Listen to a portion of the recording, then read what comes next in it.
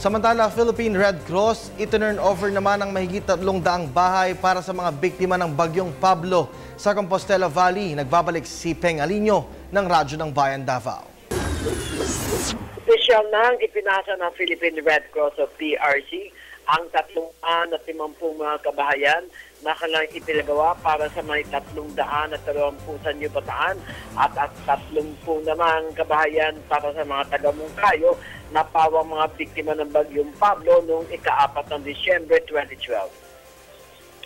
Mismo si PRC Chair at CEO Richard Gordon at Combal Province Governor Arthur Uy ang nagpasa nito sa pamilya na nasabing lugar.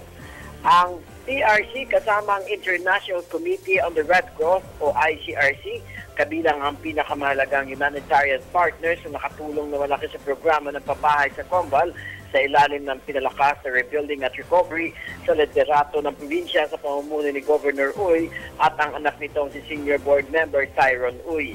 Ayon kay the Netherlands Red Cross o NRC Project Officer Marjorie Aguilon na ang una nito ang PRC Combal Chapter na nagbigay noong ika-9 ng Enero ng taong ito ng unang 200 mga bagong kabayan na kailang ipinagawa sa Mungkayo na si Gordon din ang pinakamataas na opisyal na nagpasa nito.